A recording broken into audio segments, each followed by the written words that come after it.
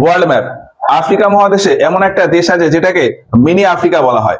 ভারতের ভেতরে যেমন পশ্চিমবঙ্গ এমন একটা রাজ্য যেখানে পুরো ভারতের সমস্ত রকমের জিওগ্রাফি দেখা যায়, সেই রকমই পুরো আফ্রিকা মহাদেশে যত রকমের জিওগ্রাফি বা কালচার আছে, অলমোস্ট সমস্ত রকমের জিওগ্রাফি ও কালচার আছে এখানে একটা ছোট দেশ ক্যামেরুনে। এই জন্য ক্যামেরুনকে বলা হয় মিনি আফ্রিকা বা আফ্রিকা মিনিয়েচার। এছাড়া সারা বিশ্বে সব থেকে বড় একটা ব্যাঙের প্রজাতি হলো গলিয়াত ব্যাঙ বা গলিয়াত ফ্রগ। এই ব্যাঙটা দেখা যায় এই ক্যামেরুনে। এই যে এইখানে হলো ক্যামেরুন। বিশ্বের সব থেকে বড় ব্যাঙ গলিয়াত ফ্রগ, এটা দেখা যায় এই ক্যামেরুনে। এই ব্যাঙের সাইজ প্রায় 1 থেকে 1.5 ফুট মতো লম্বা হয় এবং এর ওজন হয় প্রায় 3 থেকে 3.5 কেজি। ভারতের ক্ষেত্রে পশ্চিমবঙ্গের উপরের পোর্শনটা দেখলে অনেকটা ঘোড়ার মুখের মতন দেখায়, সেই রকমই ক্যামেরুনের ম্যাপটা দেখলে ক্যামেরুনের উপরের পোর্শন অনেকটা ময়ূরের মুখের মতন দেখায়। এই হচ্ছে ক্যামেরুন। ক্যামেরুনের রাজধানী ইয়ন্ডে। আর এই ক্যামেরুনে এখনো পর্যন্ত মাত্র 2 জন প্রেসিডেন্ট বা রাষ্ট্রপতি রয়েছেন। 1960 খ্রিস্টাব্দে এই ক্যামেরুন স্বাধীন হয় এবং তারপর থেকে এখনো পর্যন্ত মাত্র 2 জন এখানে রাষ্ট্রপতি রয়েছেন। 1960 থেকে 1982 খ্রিস্টাব্দ পর্যন্ত একজন ছিলেন এবং 1982 থেকে এখনো পর্যন্ত রয়েছেন পাল বিয়া। আর এই ক্যামেরুনকে কানাডা অফ আফ্রিকাও বলা হয়। এই হচ্ছে ক্যামেরুন। এর পরে আছে সেন্ট্রাল আফ্রিকা। এখানে ক্যামেরুন, এর পূর্ব দিকেই রয়েছে সেন্ট্রাল আফ্রিকা। এর রাজধানী বাঙ্গুই। Central Africa Bangui. এই সেন্ট্রাল আফ্রিকা আফ্রিকার ঠিক মাঝখানে অবস্থিত। আমরা একটা জায়গার নাম শুনেছি বারমুডা ট্রায়াঙ্গেল। এই বারমুডা ট্রায়াঙ্গেলের কাছাকাছি বা ওর উপর থেকে গেলে যেমন কম্পাস ঠিকঠাক করে কাজ করে না, সেই রকমই সেন্ট্রাল আফ্রিকা দেশের ভেতরেও কম্পাস ঠিকঠাক করে কাজ করে না। এরপর একটা দেশ আছে গ্যাবন।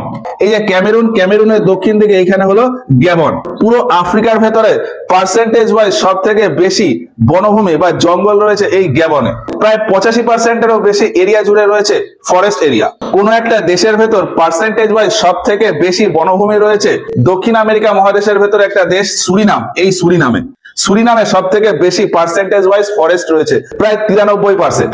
এরপরে সব থেকে বেশি ফরেস্ট রয়েছে মাইক্রোনেশিয়াতে। এই যে এই জায়গাগুলোকে বলা হয় মাইক্রোনেশিয়া। এই মাইক্রোনেশিয়াতে ফরেস্টের এরিয়া প্রায় 90%। আর তারপরে রয়েছে গ্যাবন। গ্যাবনে প্রায় 85% মতন ফরেস্ট রয়েছে। ভারতের ক্ষেত্রে যদি বলে, ভারতে ফরেস্টের পরিমাণ 27% পুরো ভারতের এরিয়া ওয়াইজ। এবার আফ্রিকান মাইথোলজি অনুযায়ী পাওয়ার, ডার্কনেস আর ডেথ এইগুলোর সিম্বল হলো ব্ল্যাক প্যান্থার বা কালো চিতা। আর এই কালো চিতা বা ব্ল্যাক প্যান্থার এই গ্যাবনের ন্যাশনাল অ্যানিমাল বা জাতীয় পশু। এবারে দুটো দেশ আছে, কঙ্গো আর ডেমোক্রেটিক রিপাবলিক অফ কঙ্গো। এই যে এখানে গ্যাবন, এর পূর্ব দিকে এখানে হলো কঙ্গো, আর এইটা হলো democratic republic of Congo. Congo বা রিপাবলিক অফ কঙ্গো আর আরেকটা হলো ডেমোক্রেটিক রিপাবলিক অফ কঙ্গো। এবার এই কঙ্গো আর ডেমোক্রেটিক রিপাবলিক অফ কঙ্গো এই দুটোকে যদি একসাথে মিশিয়ে দিই তাহলে দেখা যাবে যে পশ্চিম দিকে কিছু পোর্শন রয়েছে, পূর্ব দিকে কিছু পোর্শন রয়েছে। ওই পশ্চিম দিকের পোর্শনে কন্ট্রোল ছিল ফ্রান্সের, মানে কঙ্গো দেশটার পশ্চিম দিকটা ফ্রান্সের দ্বারা কলোনাইজ ছিল আর পূর্ব দিকটা অর্থাৎ এই দিকটা বেলজিয়াম দ্বারা কলোনাইজ ছিল। এবার এই দুটো কলোনির ভেতর এই যে ফ্রান্সের দ্বারা যে কলোনিটা ছিল সেই কলোনি 1960 খ্রিস্টাব্দে স্বাধীন হয়ে যায়। ফলে পশ্চিম দিকের ওই পোর্শনের নাম হয়ে যায় রিপাবলিক অফ কঙ্গো। তারপর এই পশ্চিমের পোর্শনটা অর্থাৎ যেখানে বেলজিয়ামের কলোনি ছিল সেটা স্বাধীন হয়ে যায় 1964 খ্রিস্টাব্দে। ফলে পূর্ব দিকের ওই পোর্শনটার তখন নাম হয়ে যায় ডেমোক্রেটিক রিপাবলিক অফ কঙ্গো। এবার এই কঙ্গো বা রিপাবলিক অফ কঙ্গো এর রাজধানী হলো ব্রাজিভিলে। আর ওই যে ডেমোক্রেটিক রিপাবলিক অফ কঙ্গো অর্থাৎ পূর্ব দিকের পোর্শনটা সেটার রাজধানী হলো কিনশাসা। এবার এই যে কঙ্গো আর ডেমোক্রেটিক রিপাবলিক অফ কঙ্গো এই দুটো দেশের বর্ডার থেকে একটা নদী পাস করে যেটাকে বলা হয় কঙ্গো নদী বা জাইরে নদী। আফ্রিকা মহাদেশের সব থেকে লম্বা নদী হলো নীল নদ, এইখান থেকে যায়। আর তারপরে সেকেন্ড লার্জেস্ট হলো এই জাইরে বা কঙ্গো নদী। এবার এই জাইরে নদীটা তার প্রবাহ পথে এইখান থেকে যে নিরক্ষরেখা গেছে সেটাকে দুবার ক্রস করে। কঙ্গো বা জাইরে নদী নিরক্ষরেখাকে 2 বার কাটে। এখন তোমরা আমাদেরকে কমেন্টে বলো তো যে ভারতের ভেতরে এরকম কোন একটা নদী আছে যেটা কর্কট ক্রান্তি রেখা বা 23.5 ডিগ্রি উত্তর অক্ষরেখাকে 2 বার কাটে? তো কঙ্গো রিভার হলো। কঙ্গো রিভার সম্পর্কে আরো একটা তথ্য আছে যে এই কঙ্গো রিভার বেসিন বা কঙ্গো নদী অববাহিকা বিশ্বে সেকেন্ড সব থেকে বড় নদী অববাহিকা। বিশ্বের সব থেকে বড় নদী অববাহিকা হলো ব্রাজিলের এই আমাজন নদীর অববাহিকা। তারপর সেকেন্ড লার্জেস্ট হলো এই কঙ্গো নদী অববাহিকা বা কঙ্গো রিভার বেসিন। এবার এর পরে একটা দেশ আছে অঙ্গোলা। এইখানে হলো অঙ্গোলা। এর রাজধানী লুয়ান্ডা।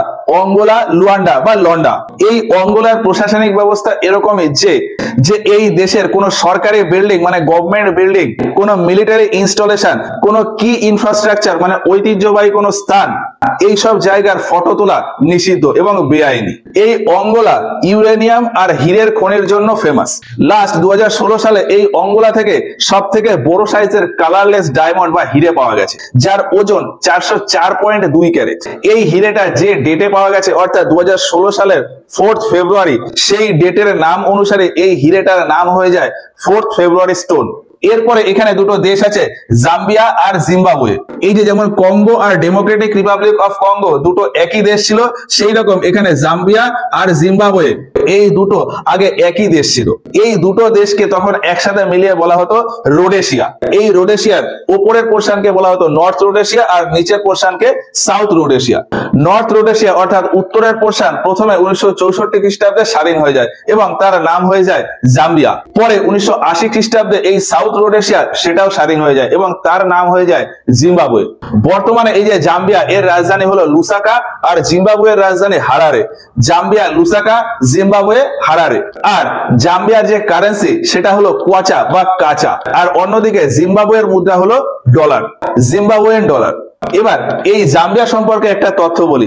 বিশ্বের সব থেকে বড় পান্না খনি বা এমারেল্ড মাইন রয়েছে এই জাম্বিয়াতে, কাগেম এমারেল্ড মাইন। কি বললাম? কাগেম এমারেল্ড মাইন, বিশ্বের সব থেকে বড় পান্না খনি, সেটা রয়েছে এই জাম্বিয়াতে।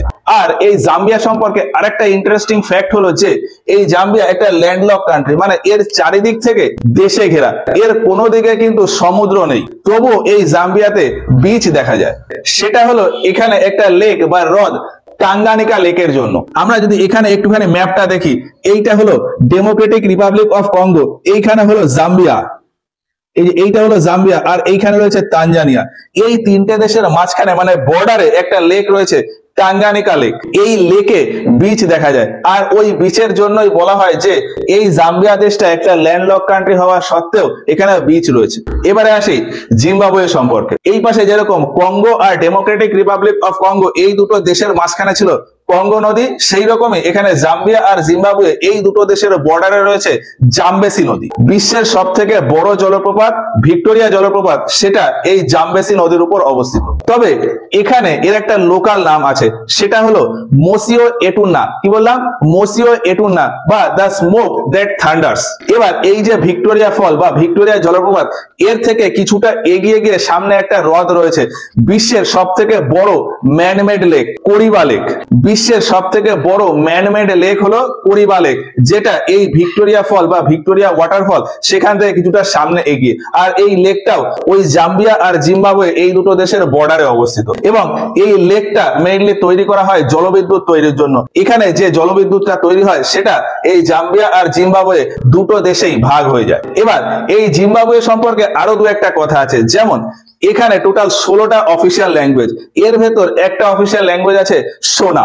আর ইকোনমিক্স একটা টার্ম আছে হাইপার ইনফ্লেশন, তার এক্সাম্পল দেখা যায় এই জিম্বাবুয়েতে। জিম্বাবুয়ে স্বাধীন হয় 1980 খ্রিস্টাব্দে, তারপর এই দেশটা নরমালি চলতে থাকে। 2000 খ্রিস্টাব্দের সময় গিয়ে এই জিম্বাবুয়ের যে প্রেসিডেন্ট, তিনি মনে করেন যে আমার দেশে যে সমস্ত জমির মালিকরা আছে, এরকম অনেক মানুষ রয়েছে বা অনেক ব্যক্তি রয়েছে যাদের কাছে প্রচুর পরিমাণ জমি রয়েছে, আবার অন্যদিকে অনেক মানুষ আছে যাদের কাছে কোনো জমি নেই, তারা অন্যের জমিতে চাষ করে খায়। সেই হিসাবে এই জিম্বাবুয়ের প্রেসিডেন্ট ভেবেছিলেন যে যাদের কাছে অনেক বেশি জমি, তাদের কাছ থেকে জমি নিয়ে যাদের কাছে জমি নেই তাদেরকে দিয়ে দেওয়া হবে, অর্থাৎ ফ্রি ল্যান্ড সবাইকে দিয়ে দেওয়া হবে। এবং সেই হিসাবে তিনি পদক্ষেপ নেন আর সমস্ত জমি সবার ভেতর ভাগ করে দেন। ফলস্বরূপ কি হয়, সবার তো আর চাষের নলেজ নেই, সেই হিসাবে কেউ চাষ ঠিকঠাক করে করতো, আবার যাদের চাষের নলেজ নেই তারা চাষবাস করতে পারতো না, ওই জমিতে চাষবাস হতো না। ফলে ধীরে ধীরে কয়েক বছরের ভেতরে দেখা যায় যে পুরো জিম্বাবুয়ে দেশ জুড়ে একটা আর্থিক সংকট দেখা দিয়েছে। আর এই আর্থিক সংকট কাটানোর জন্য তখন এই জিম্বাবুয়ের প্রেসিডেন্ট ভাবে যে তাহলে নোট ছাপিয়ে সবাইকে টাকা বিলিয়ে দিলে তাহলে হয়তো আর্থিক অবস্থা কিছুটা উন্নতি হবে। আর এই হিসাবেই তিনি 2007 সালে নিজের মতন করে টাকা ছাপিয়ে লোকের মধ্যে বিলি করে দেন। ফলস্বরূপ দারিদ্রতা তো কাটেইনি, মানে আর্থিক সংকট তো কাটেইনি, বরং আরো জিনিসপত্রের দাম আরো বেশি বেড়ে গেছে, মানে ইনফ্লেশন আরো বেশি পরিমাণে বেড়ে গেছে। ওই অবস্থা কাটানোর জন্য ওই প্রেসিডেন্ট আবারও বড় বড় নোট ছাপানোর সিদ্ধান্ত নেন। ফলে ইনফ্লেশন বা জিনিসপত্রের দাম আরো অনেক বেশি পরিমাণে বেড়ে যায়, যেটা ফাইনালে গিয়ে একটা হাইপার ইনফ্লেশনের রূপ নেয়। আর এখানকার প্রেসিডেন্ট নোট ছাপাতে ছাপাতে $100 বিলিয়ন নোটও ছাপিয়ে দেন। $100 বিলিয়ন মানে 10,000 কোটি ডলারের নোটও তিনি ছাপিয়ে দেন। এরপরে দুটো দেশ আছে, নামিবিয়া আর বটসওয়ানা। এই যে এইখানে হলো নামিবিয়া আর এইখানে হলো বটসওয়ানা। নামিবিয়ার রাজধানী ওয়াইন্ডহোক, নামিবিয়া ওয়াইন্ডহোক, আর বটসওয়ানা গ্যাবরন, বটসওয়ানা গ্যাবরন। এই যে নামিবিয়া, এই নামিবিয়াতে একটা লেক রয়েছে যেটা খুব ফেমাস, আন্ডার ওয়াটার লেক, মানে মাটির নিচে একটা লেক তৈরি হয়ে গেছে, ড্রাগনস ব্রেথ লেক, যেটা পর্যটনের জন্য খুব ফেমাস। ভারতের ক্ষেত্রে যেরকম বিভিন্ন উপকূলের আলাদা আলাদা নাম আছে, যেমন কোঙ্কন উপকূল, মালাবার উপকূল, করমন্ডল উপকূল, সেই রকমই এই নামিবিয়াতে একটা উপকূলের নাম রয়েছে স্কেলেটন উপকূল বা স্কেলেটন কোস্ট বা কঙ্কাল উপকূল। এবার এই নামিবিয়া থেকে পশ্চিম দিকে বেশ অনেকটা দূরে এইখানে একটা দ্বীপ রয়েছে, সেন্ট হেলেনা দ্বীপ। এটা ব্রিটেনের কন্ট্রোলে রয়েছে। ফ্রান্সের লিডার ছিল নেপোলিয়ান বোনাফাইট। ওই নেপোলিয়ান বোনাফাইটকে এই সেন্ট হেলেনা দ্বীপে বন্দী করে রাখা হয়েছে। তো এই হলো নামিবিয়া। এর পরে কি বললাম, এই যে বটসওয়ানা, বটসওয়ানার রাজধানী গ্যাবরন, আর এর মুদ্রা হলো পুলা। গ্যাবরনে বৃষ্টি তেমন খুব একটা হয় না। বটসওয়ানাতে বৃষ্টি হওয়া মানে এখানকার লোকেরা ভাবে এটা ভগবানের আশীর্বাদ। আর এই বটসওয়ানার লোকাল ল্যাঙ্গুয়েজ হিসাবে বৃষ্টি বা রেইনকে বলা হয় পুলা।